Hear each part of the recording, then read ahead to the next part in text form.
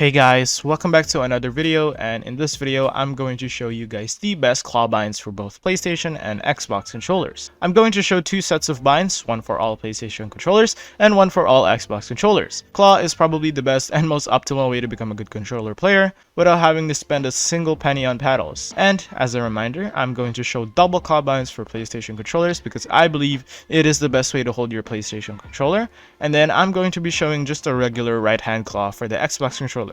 Now do note though that Xbox controllers have a weird shape which makes it a little more difficult for you to do double claw or any kind of claw other than right hand claw.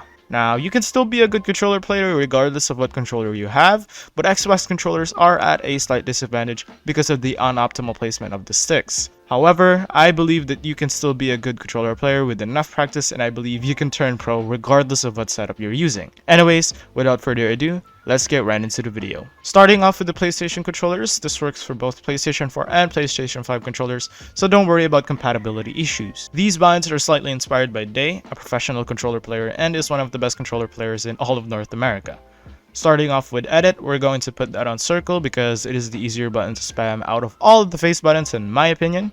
You can argue triangle is better, but I believe that circle is a lot better because you can spam it using your knuckles and all that stuff. Now for switch mode, I recommend the right button on the D-pad, which is really optimal since you are on double claw. For pickaxe, I recommend triangle because it is really accessible if you want to keep pre-edits enabled. It is close to circle, which is your edit bind, and with that said, you can pull out your pickaxe while editing, which makes it easier to edit if you have pre-edits enabled. For tactical sprint, I recommend left stick because your thumb will be resting on it already. Make sure to enable toggle sprint by the way to make sure you use this bind to its full capacity. For crouching and sliding, I recommend right stick because your thumb is resting on it already.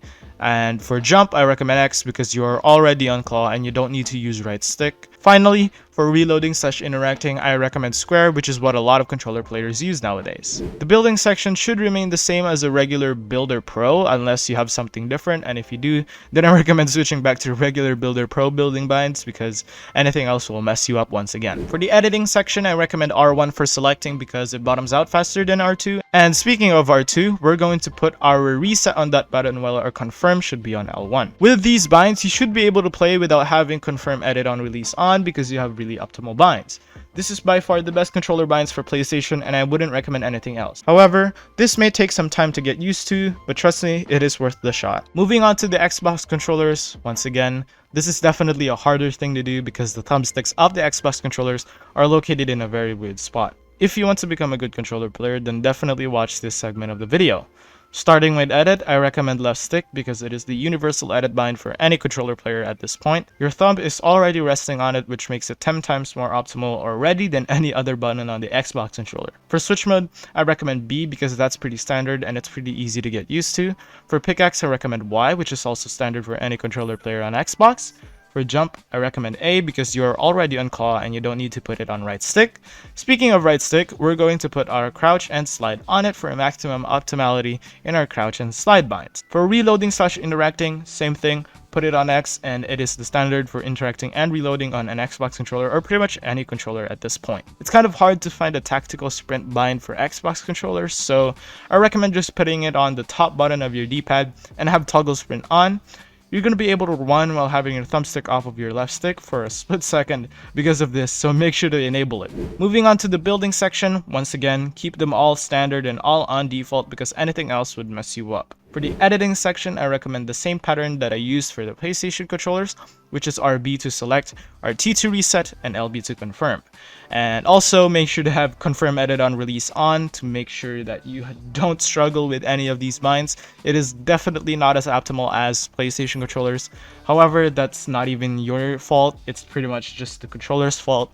And if you have the budget or you have the money to buy a PlayStation controller by any means necessary, then go ahead. But I mean, if you still want to use the Xbox controller, then these binds should help you get very far. And yeah, I mean, if you can buy a PlayStation controller and if you want to buy paddles, then go ahead. Thank you guys so much for watching this video. I hope you enjoyed this video. Leave a like if you did. Subscribe if you're not subscribed already. Turn on post notifications so you are notified of these videos. I will be posting a lot of videos. And yeah. Thank you for watching. Comment down below some suggestions because I read pretty much every comment that you guys type. And yeah, once again, I'm going to repeat it once again. Thank you guys so much for watching and goodbye.